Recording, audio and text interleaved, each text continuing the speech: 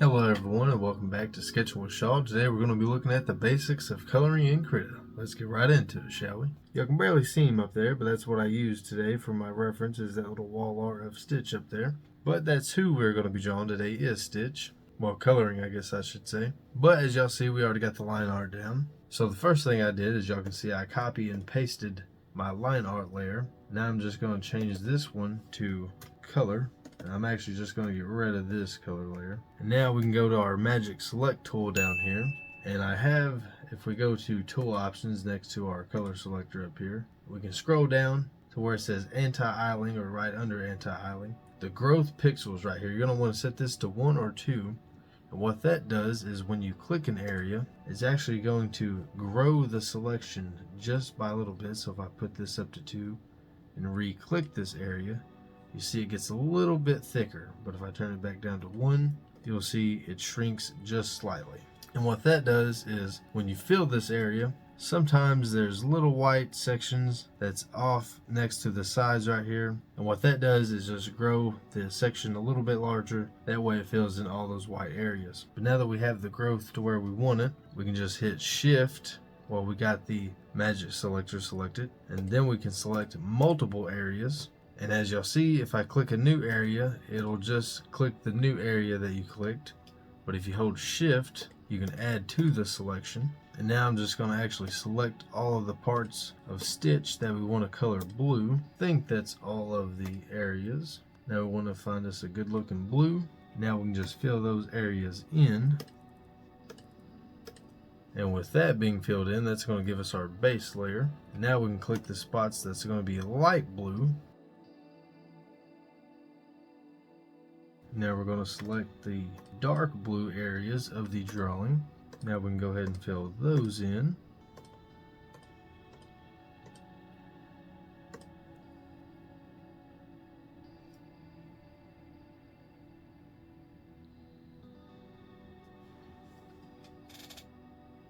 And you can just hold Control to get a quick color drop. It seems our bucket tool did not fill in this little area right here, so we'll just go in and fill that in right there.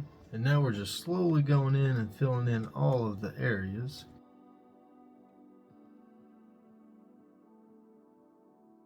And now we got the entire base layer of Stitch colored in. Now all we got left to color in is the surfboard, so we can just go ahead and fill this in real quick. Just going to make this one a little bit darker since it's below the surfboard.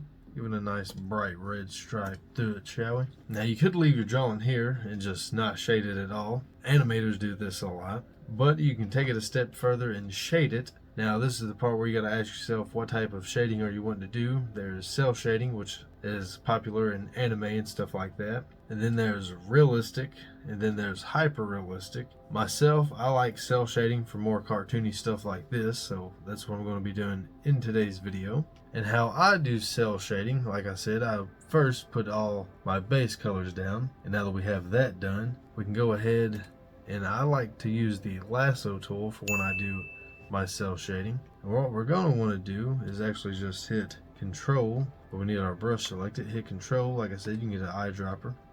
I'm going to want to select my color that we got stitched right here. I'm just going to want to make that just a little bit darker.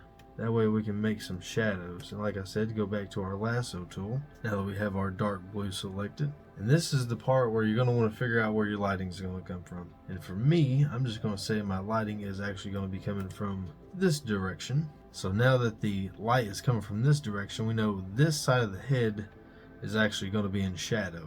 So what we can do is actually mark this area out like that.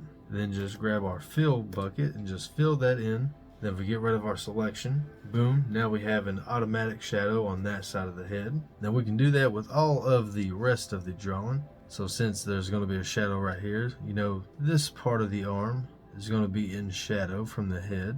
And instead of just going over here and hitting the fill bucket, you can just hit F on your keyboard to quickly get to the fill bucket. And once again, the head's probably going to be casting a shadow probably about right here. And I'm actually going to turn the opacity down on my bucket down to about 50%. And now it's pretty much just a repeat process for the remaining shadows.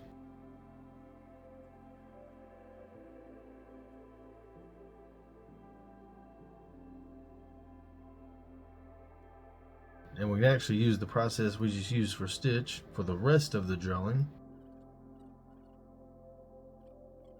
And then to get rid of this little line, I just go back to my lasso, and then just tap on the canvas and it'll get rid of it. And if you don't like the fill method and you want to color your drawings the old-fashioned way, if you alpha lock the layer, which you can do by hitting this little kind of checkered pattern right here, and then a little lock will pop up. That's how you know the layer is now alpha locked. You can choose any color you want, and what alpha lock does is make it to where you can only draw on the pixels you've already drawn on. You'll see that I'm only able to draw inside the lines. I'm not able to draw on the white pixels of the background. So if you like the old-fashioned way, you want to just go in with your actual pen and not fill all the areas in, you can do that. I just like filling the areas in because it saves a lot of time. And also another quick trick, if you go to your line art layer and alpha lock it, you can actually change the color of your line art layer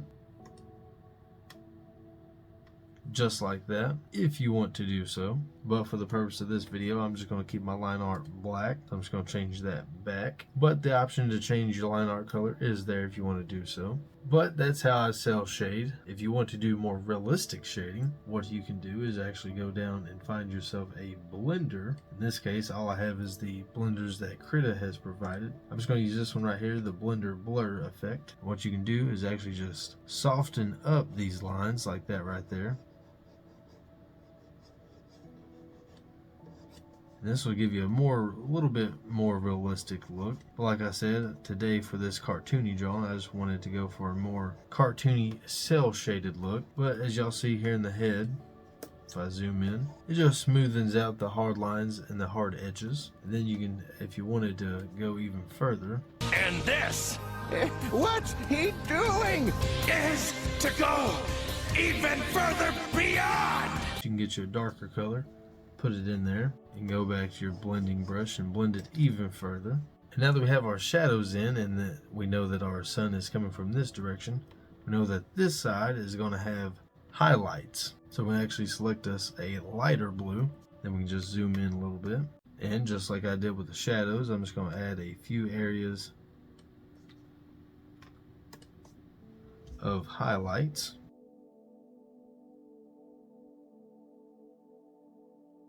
And now y'all can see we got highlights and shadows in our drawing.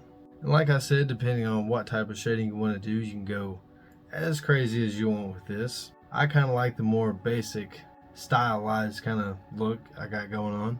But like I said, the more realistic you want to get, the more layers of shading you want to add. But for the purpose of today's video, I'm just going to keep it basic. But that is how I color in Krita. And that might not work for you, so you might want to get in and just mess around with the coloring yourself, because there ain't no better way to learn except for practicing yourself. No one tip is going to improve your art over practice. I'll tell you that right now. Well, that pretty much sums it up for today's video. Let me know in the comments if you learned anything from today's video, or better yet, if you have any art you want to share with me. I'd love to see it over on my Instagram, where I like and share it to my page. But y'all already know, like, comment, subscribe, share with a friend, and peace.